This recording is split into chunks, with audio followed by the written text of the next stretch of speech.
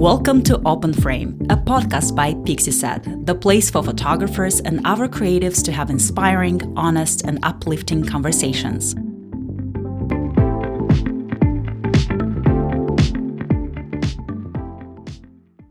Team, we've got Ian Weldon. He is famously not a wedding photographer. And I love that that's your tagline, like, I am not a wedding photographer. And that's also the title of your book. Am I right? Yeah, that's right. Well, it was the I am not a wedding photographer started as a way to tell people when somebody asks you what you do when you see a photographer, they immediately ask you, do you shoot weddings? And I think that's the case all over the world. So what I was doing was, yes, I shoot weddings, but I'm not a wedding photographer. And then it's what does that mean? It's like, well, I shoot weddings for people that don't want wedding photography. Well, what does that mean? So, and I think in the beginning, it was a bit naively, me being a bit embarrassed about being a wedding photographer. Right. Or like the fact that, I have to shoot weddings to earn a crust. And I kind of felt like, I suppose at the time it was, wedding photography was perceived as a bottom rung photography jobs. So it was like, anybody can do it. It's just this basic form of commercial photography. And we buy a camera, a family member or a friend knows that you have a camera. Will you shoot a wedding? And it's like, well, there's £250 in it for me. It's like, I'm going to be rich. I'm going to do that. Until you realize that that's not a lot of money at all. But I think that although that's changed, that idea of what I am not a wedding photographer is, it's still, I think now it's more about just not having a label as to what it is that I do, because I'm just a photographer, you know. But that stuck. And when we had the exhibition was called I Am Not a Wedding Photographer. And the book that we made from that exhibition obviously had to be called I Am Not a Wedding Photographer. And people think that it's some sort of marketing or some sort of like, I've figured out this brilliant way of marketing myself. And it just wasn't like that, you know. It is what it is. And do you like, I suppose it's probably a good point to talk about. You had Martin Parr has done your foreword to that book. Am I right? Correct. Yeah. And like, when I saw that, I'm like, that is just like such an amazing fusing of worlds. And for Martin Parr, I don't know, it was such an incredible thing to see that. And it made so much sense. And yeah. Can you talk? Well, Martin had been, if I go back to the beginning of my journey with photography, I was... Journey. Sorry? Your hashtag authentic journey. Authentic journey, yeah. You wanderlust, are you? So I started with photography because I thought it would make me look cool, you know. And I was like 28, 29-year-olds then, and I'd done a plethora of other jobs and kind of had other careers, and nothing really fulfilled me. But when I first went to photo school, my idea of photography was, I suppose, what everybody's idea of photography is. It's kind of beautiful landscapes and sunsets and architecture and models and automotive and, do you know, this commercial photography, really. And I was shown work by kind of Martin Parr and Mary Ellen Mark and Bruce Gilden, and it just didn't make any sense to me. It was like, that's not what I mean. What is that? Obvious use of flash, you know, close up, wide angle, messy, or seemingly at the time messy backgrounds, no real depth of field. I'm like, this isn't photography. And it wasn't until 5 years later that it was those photographers that, once I went back into photography and realized that I had to study to get better, because I've messed around for about 4 or 5 years shooting white background portraits and like trying to be a commercial-ish photographer. And it wasn't until I started to study the history of photography that the ideas became more apparent. And it was photographers like Martin who not only changed my perspective of what photography was and showed me the limitless possibilities of photography, but that in turn changed my view of the world around me, which in turn fundamentally changed me for the better. I have two different lives. I have life before photography and life now. And like, without people like Martin, that wouldn't have happened. Oh, well, maybe it would, but that's kind of within the timeline. He was a significant figure. And then for 10 years later, for Martin to send me an email saying that somebody had recommended he look at my work, he really liked it, and we should meet. Man, like, do you know, yeah, I mean, you get added to lists, and there's like, do you know all this thing, best photographers, and I've never been interested in that. I've never entered competitions. It's not like, photography isn't like a sport for me, you know. Yep. So to have somebody who I respected, and this giant of photography, to kind of come and say, I really like what you're doing. It was like, that's all the compliment I ever need for my work, really. And for them to then offer me a show at the Martin Parr Foundation, which is, as far as we're aware, the first exhibition of wedding photography in a fine art context, and then to write the foreword for the book. I mean, like, hey, you know, it's just, it makes crazy. me feel like it was worth it. Yeah. All of that, like, yeah, that homecoming of that, like, vocabulary building over that 5-year period before you're like switched on by it, and like, oh, hang on, it's like the subtleties, there are so many ingredients here that are like hard to appreciate, like hard for that palette to appreciate when you just start photography, when you, of course, drawn something more simple. But, you know, if you were to like talk about it in terms of competition, all that sort of stuff, fucking guys like Martin Parr is like an apex predator. Yeah. It's like, he's a champion. He's a world champion. The way you're seeing the world is like, it is so, I don't even have the vocabulary to describe it, but you get put in front of his work, and indeed in front of your work, and you're like, what you're extracting from these moments is so, you know, it's so special and layered. And what you said about Flash is really, really interesting, because we're kind of hearing that conversation a lot now. You know, you're getting certain celebrities' wedding photos done where pop Flash is coming back. And of course, you know, there's a super hipster crowd that are very anti that. It's like, it's just pop Flash. And it's like, no, like, it's so much more than that. There's like there's an extra quality to these full flash F11 when you layer up elements right, and you're consciously watching that comes through in like Martin Parr's work, in your work, in Bill McCullough's work. And yeah, so can you talk to us about like that like homecoming of that vocabulary for you, and like, you know, that process of like kind of writing off things like Martin Parr and then coming back to it and going, Yeah, definitely. I think in the beginning, as I said, it is that, or was that idea that photography was a commercial endeavor. And I think after a period of time of feeling that I wasn't getting anywhere and feeling like it was just a job, I've kind of always messed around with music.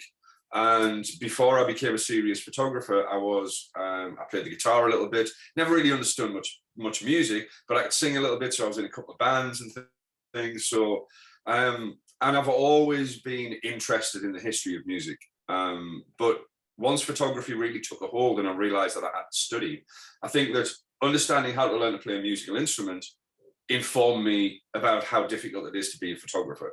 So it's all the same, and we have to approach it in the same way. It's study and practice, study, practice, and play, even, you know. And once I understood that I had to study photography, then I got interested in the history of photography. Now, to a point where I lectured on the history of photography for Sunderland University Access Program for 2-3 years, and it was extracting the ideas and where photography came from, and the development of photography idealistically, artistically, and scientifically.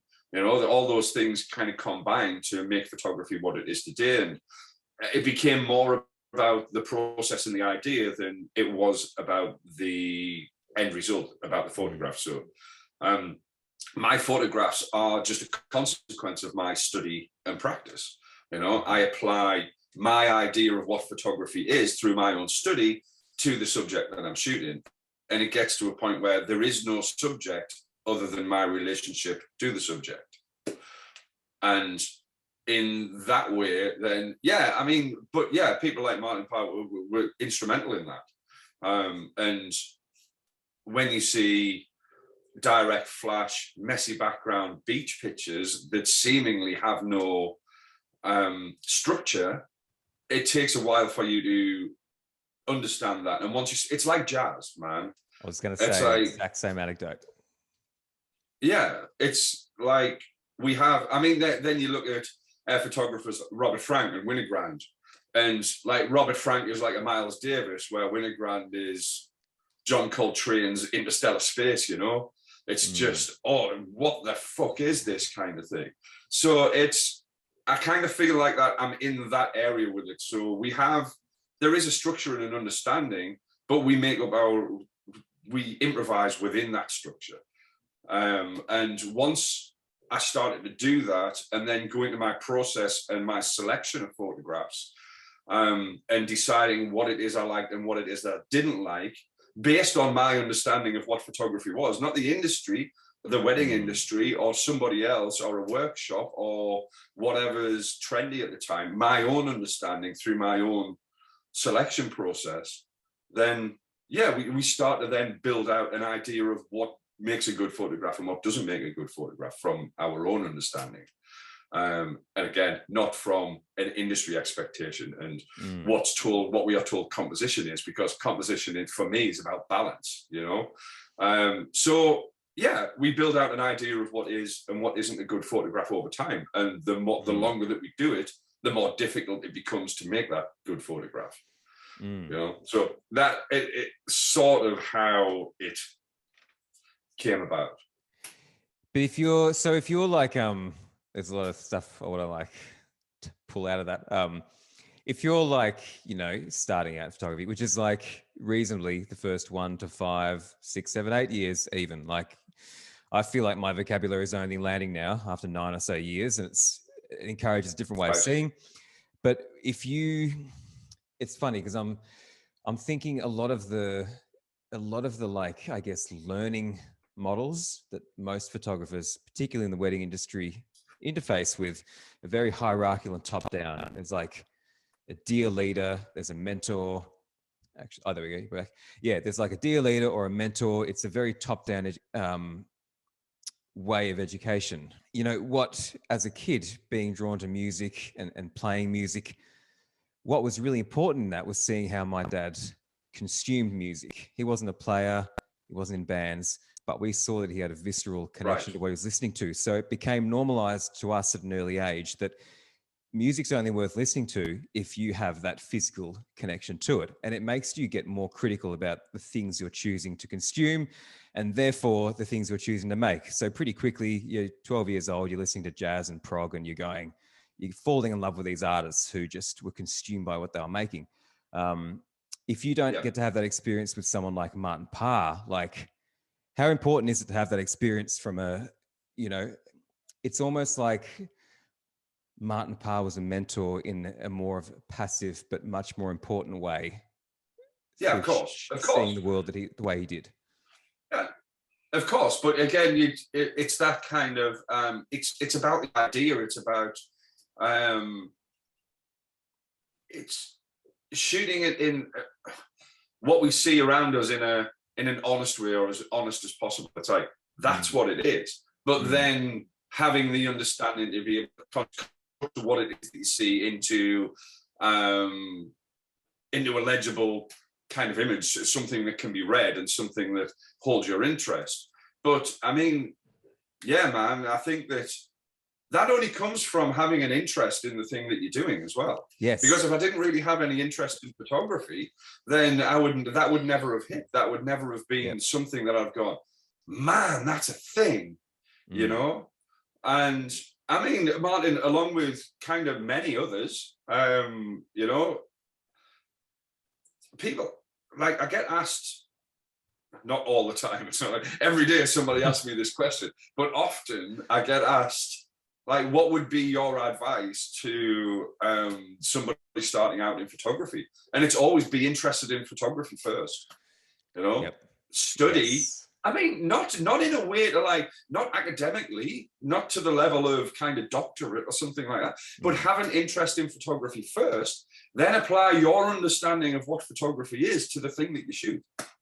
And that's as deep as it gets, man. You know, but a lot of people don't really have an interest in photography, and the wedding photography industry is mostly about business, and there's nothing wrong with that. But when you are following, like, the top-down education thing, I mean, if you look at how many people want to be Erica and Lanny, you know, Erica and Lanny Mann. Like those guys, like work harder than anybody else I've ever seen. Oh, they're you know, maniacs. they are just on it constantly. Yeah. But people just want to be there without the understanding of how much it takes to be able to work at that level for so long. You know, and they are great at the business side of things, and they are great at the wedding photography industry, but they've kind of carved out their own thing as well. And like, I can't keep up with all that kind of stuff. I'm like, you know, I just have a way of working, and I apply myself to weddings, and hopefully that will continue, you know, but be interested in photography, man. That's like, you know, and then once you become interested in it, you will find people, and photographers will stand out. And again, I fucking like that.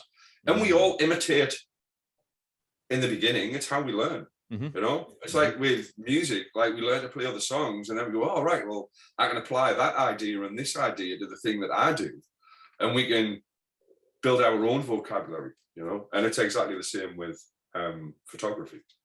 So it becomes pretty important to like find tangential, like influences at a tangent to where, you know, if you want to stand out, if you want to be different, if that's important, it becomes important to find inspirations from a different angle that everyone else is looking at. Yeah, and absolutely. I think that's quite hard for people to find that don't love photography. So you're saying, you know, coming back to that love of it makes it easier because you start to know where to look, who to talk to, you know, the cues you should be focusing on.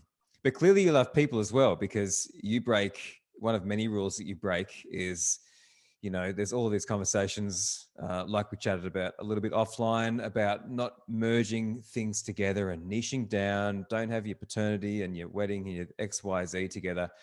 You have bodybuilders and weddings and festivals and all sorts of like incredibly diverse stuff mixed in together. Do you find that kind of creates a sense of safeness with wedding people who can identify that you clearly love all people and you clearly see the same things no matter what you shoot? Well, I think, and value the same things. Yeah, absolutely. I mean, I approach weddings. Weddings in the beginning, as I said, were like a commercial endeavor. It was to make money to work on other projects, because as I was becoming more interested in documentary photography, if you want to call it documentary photography, or this, and this kind of idea that we just approach things as we see them, and the photographs are a reflection of me, you know. That's kind of how I see the world. So once that became an idea and I started applying that to weddings, then weddings became a project in its own sense in that way. So, and weddings still are a project for me. It's a body of work that I'll get paid to shoot, which is like, come on, like, is that the dream or not? Yep. You know, but I can also earn money from that will allow me to go and shoot whatever it is that I want. So weddings are a project in the same way bodybuilding culture is a project, and working men's clubs is a project, and festivals is a project, and like flat track motor racing is a project. And, you know, so all of this, I approach it all in the same way, which is a funny thing, because in the personal projects for photographers courses that I run, I have wedding photographers that are trying to shoot personal projects in the same way that they shoot weddings, and it doesn't work, because the way that they're shooting weddings is the industry standard preset. It has to look like this kind of thing, and they're trying to do it back to front, and I have to like untrain people to not apply presets, their wedding presets, to their personal work, you know, because it just doesn't work. It works as a style, but it doesn't work as a documentary project. It doesn't work as a document of our time, you know. So if they're going out to shoot, I have one student that's working on a specific scene within the music industry, and he's playing his wedding presets to it. It doesn't work. You know, you see the preset before you actually see the photograph.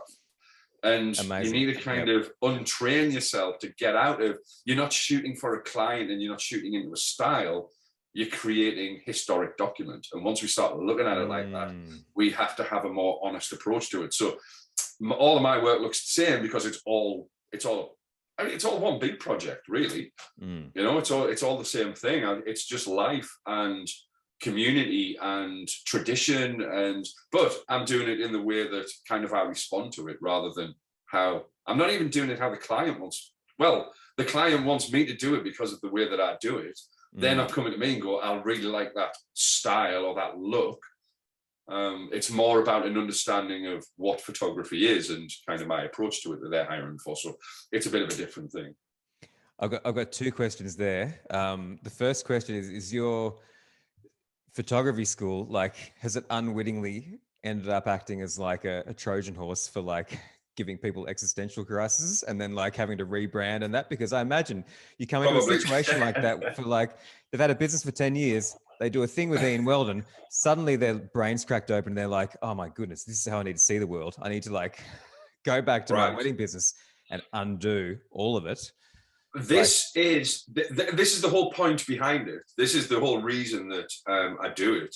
And I had a podcast for 2 years called Out of Focus, and that started as an introduction to photography history, or a more accessible way to get into photography history. Now, after a couple of years, and then the pandemic came, it sort of all fizzled out, and we've reignited Out of Focus as Out of Focus Learning. And that's because when I do talks, presentations, I always show, well, it's all the same work, as I said, so the wedding work and the projects. And I get asked often, like, how do you even start a personal project? Like, I understand that, as I was saying earlier, like, wedding photographers will start with an interest in photography, they shoot a few weddings, they want to know how to become successful, and all they know is wedding photography. They don't have a resource or any kind of understanding of how to approach a personal project, or how to, so it's helping doing that, but it's also one of the main reasons is to get photographers who have been entrenched in wedding photography mumbo jumbo for the last 5 years, and they're not progressing, to go out and put the effort in to go and shoot something just for themselves, and in doing that, they'll start to figure out what is and what isn't a good photograph, how to view the world, how to really tell a story. I mean, when wedding photographers call themselves storytellers, it's a bit like, well, the story's already there, man, and all you're doing is you're applying a preset to that whole thing to get a selection of images that will help you to get more people, that will get you to do that thing, to get more images that are the same. It's so actually going out to find a story, actually putting the effort in and doing the research, and it helps people to understand that there's more to photography, and once you start kind of talking to people and building out a story, that informs the work that you're doing. That will in turn inform your wedding photography and make you see things differently. So the whole point is to build a community of free thinking photographers, who do it on their own terms. Hey, that's the plan. Wow. So you've restarted it. You did it for 2 years, and then it was like... Yeah, well, we did the podcast for 2 years, but now it's rebranded as Out of Focus Learning, and it's personal projects for photographers. Wild. And so the podcast archive is now only available to Out of Focus students, which is 60 episodes. Right. And everything that we added to that. I mean, last week I had Barbara Peacock, who is doing a long-term project called American Bedroom. She came and gave a presentation of her work and talked about, just the logistics of it all, and how you go to towns that you've never been before in America and end up photographing people half naked in their bedrooms, their most private space, and how you can continue to do that. Yeah, that level of access is such a special thing to get. Yeah. A necessary thing in order to make a deep project like that. Yeah, absolutely. So, and it is, but as you said, this existential crisis that people are thrown into, I see it all the time. Once things start to open up, it's like, oh fuck, there's all this stuff, but hey man, it's like, people don't understand that even if you've been a wedding photographer for 10 years, To actually go and embark on a personal project, you're going to fail your first one. It's not going to be what you want. The second one probably isn't going to be very good. But the more that you do it, the same with everything, the better you get. And we live in a society where people think, all right, well, I can apply some presets. I'll go and shoot a couple of pictures and there's a project. I'll make a book. You know, it's like some books take 10 years to make, you know, and some projects can be a lifetime long, not just shot in a couple of weeks. So it's what we do with Out of Focus. It's a basis for future development. It's a basis for future learning. It's something, it's part of that, like navigating that challenge of, and you know, this is it's such a worn topic, but it feels necessary. It's part of what you're doing there, navigating that like culture of, you know, reward fruits that are so easily dispensed, because you can put a really low hanging fruit body of work together with presets, create a book, get a bunch of people throwing Ethereum at it or whatever, get tens of thousands of followers, and you can have built this big bubble around yourself for quite a thin project. And I see it all the time. Is part of what you're doing, navigating, resisting against that, and being comfortable in that space of ambiguity and projects not coming to be realized for a long time. Absolutely. It's psychologically a major part of it. Yeah, of course. I mean, it's not against anything at all. I mean, if people want to do it, and if people can successfully put in minimum effort and get reward from it, then hey, that's completely fine. It's more of a mindset, man. It's more of an idea that this thing like really holds some weight, and we are really creating something that will stand the test of time. And I know I keep using the term, but it's kind of historical document, and future generations, it's an addition to photography itself. So future generations can see how the world was, and that's loosely how I see it.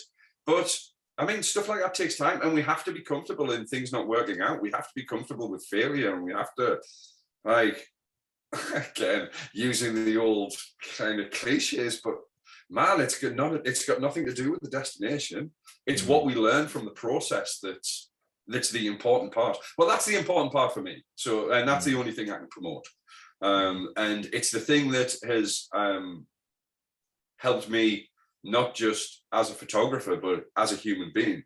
So it's life skills as well, man, and like resilience and everything that goes with that people fucking fall. I've seen wedding photographers falling apart on the internet because somebody stepped in front of them with a smartphone.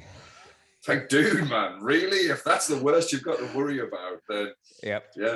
Because it's an idea, because I have to get this shot, and this is the only shot, and if I don't get this shot, then the whole world crumbles. It's like, well, no, it doesn't. Think around your problems, man. And what we're doing with Out of Focus is, again, it's about being able to think around the problems and approach things, I don't know, in a less stressed out way.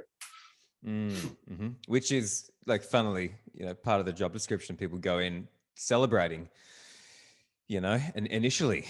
So it's ironic to have that totally derailed by a bloody handout with an iPad. Yeah. Yeah. So I think I wish I could remember her name. She came up in another talk, but this photographer that I saw, I feel like Barbara comes on my brain for some reason. Or maybe she looked like a Barbara. Right. I don't know. Barbara Peacock. She shot San Francisco over like a 30-year period. And ended up, you know, and that's like 30 years of just the love of showing up for the city every day. She doesn't give a crap about the end product that far in advance. You don't know what this building or these blocks are going to turn into. But then to get to a certain point and go, I have created this historical archive of this city, and what an incredible, powerful thing to come out with after that amount of time. Yeah, absolutely. And it's kind of like, we don't understand the importance of what it is that we're doing now. It's impossible to do so. So a lot of the work that I'm doing it because I'm interested in the subject.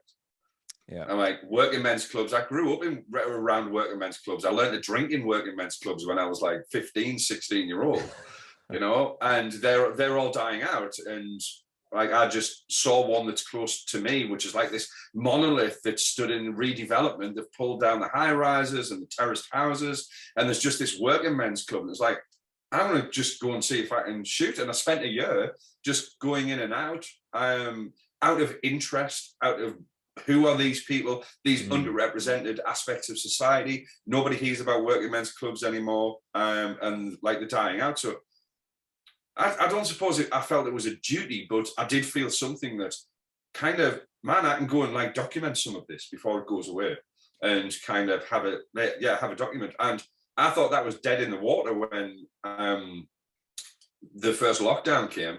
But during the pandemic, I've had a publisher contact me, and we're putting a book together just from that working men's club, from that year that I went and shot in there. Incredible. So I didn't know that was coming. That wasn't the plan.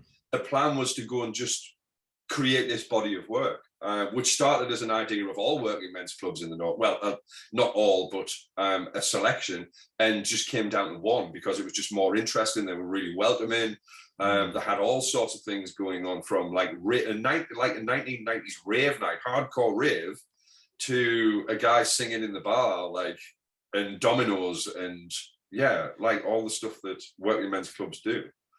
Oh man, did they? And that's like, a year is not a long time, right? Like, for you to come out with a body of work that's been recognized and, incidentally turn to a book, a year is not a lot of time spent for anyone. Like, everyone can commit to a community, commit to, jumping out of the comfort zone and immersing with a new bunch of people for a year.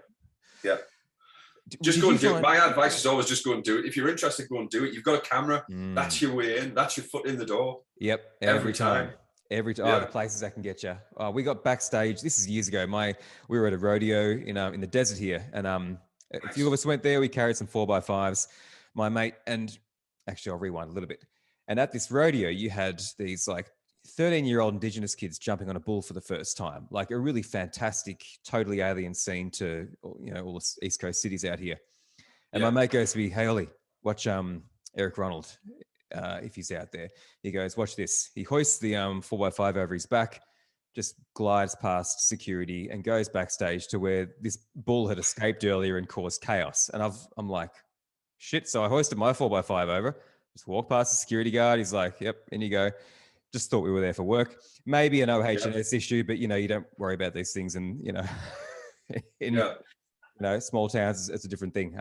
And where we suddenly had access to the back, to the, this incredible scene going on, the radio tower where the announcers were just like, oh yeah, I guess they're reporters or whatever, but you can immerse authentically in a scene. Like, your key is the camera, and it was such a fantastic eye opener for me.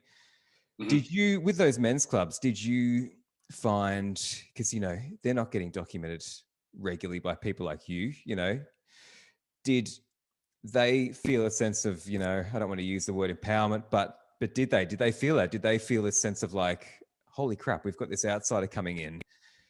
Did it kind of bring them alive, going, wow? I mean, a little bit. It was through discussions with, obviously, I had to like the club secretary, the club chairman, and had to get them on board, because as soon as they're on board, they can translate what it is that you're doing to kind of everybody else, because you don't get a chance to speak to everybody. But yeah, there was a little bit of like, oh, he's coming to do this thing for us.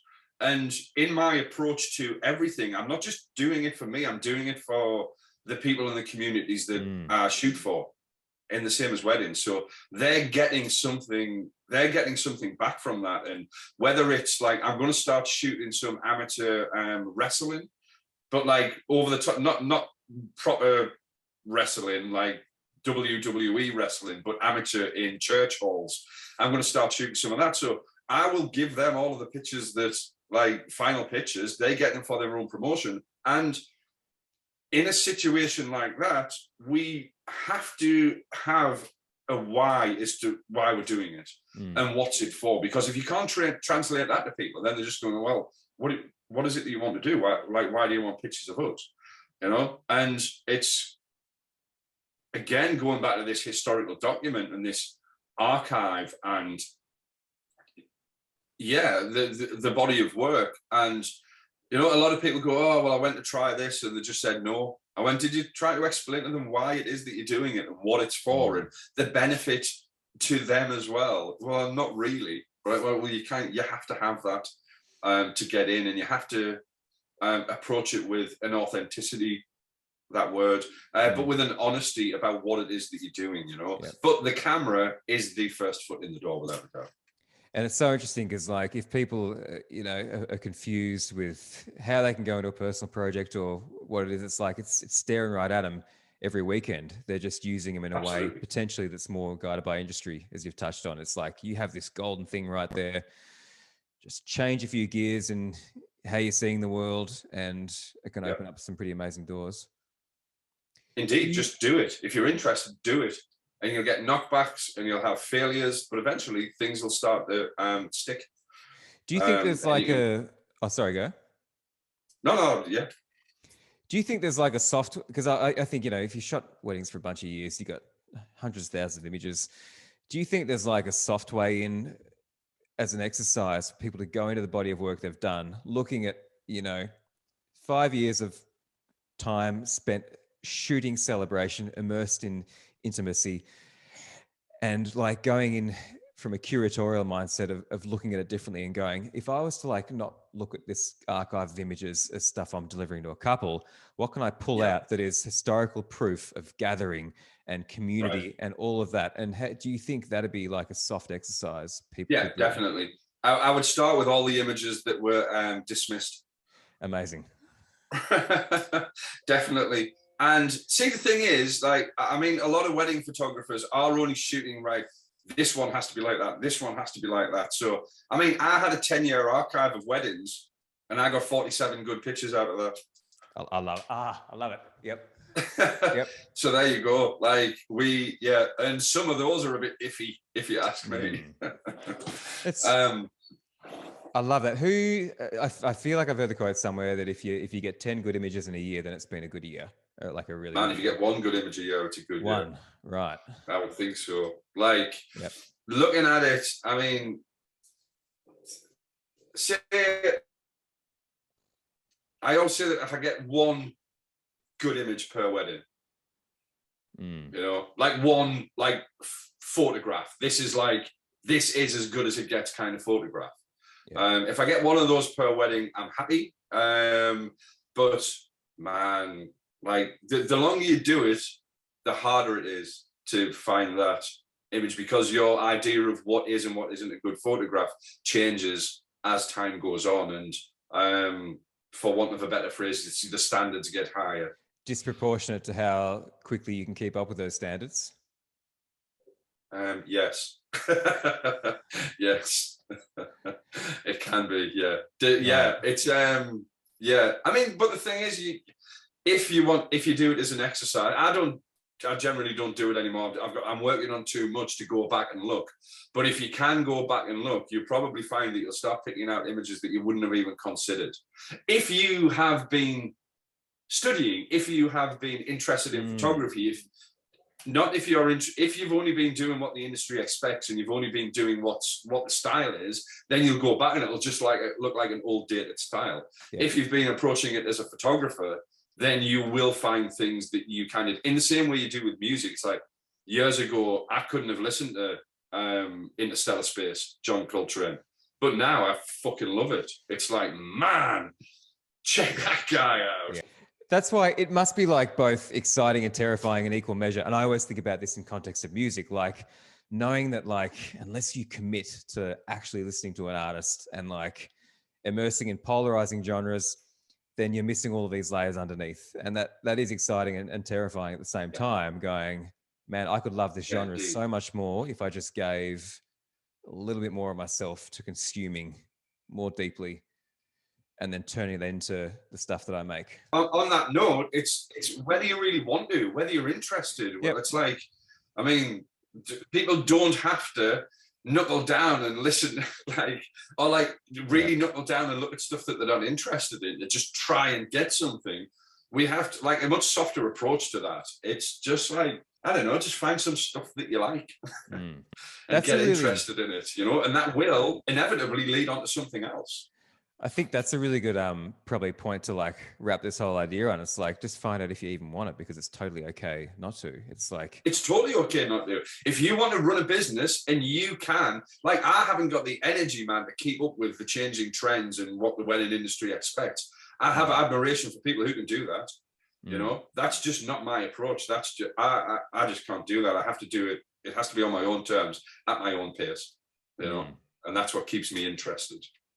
I love it, mate. Thanks for being so generous with your brain cave and all your thoughts. Where do people see your work and your educational content? Like any other projects that like aren't assembled on your site? Instagram, obviously, Ian J. Weldon. I try to keep that. I go through fits and spurts. Sometimes I'll post every day for a couple of months, and then you won't see anything for a couple of months. But it just depends what I'm doing, how busy I am. So yeah, website obviously ianweldon.com, and the Out of Focus, it's still outoffocuspodcast.com. There's information there, but there's also Out of Focus Learning on Instagram that we are that is now up and running, and there are people working with that and sharing content. So that is, I would say, Out of Focus Learning on Instagram is a good space for content about the history of photography, about photographers that are current photographers that are working on projects, people that we like, little photo quizzes, and just general photography stuff, really. Not geared towards wedding photography, but just photography. Awesome. And we have people from all genres who are connected to that.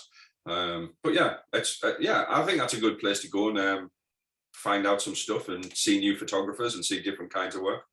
Super cool, man. We'll link all that down below. I'm personally excited for like people who haven't maybe yet interfaced with your work, seeing your Instagram feed for the first time, because that is an absolute bloody work of art. So thanks, man. Legend. Thank you, man.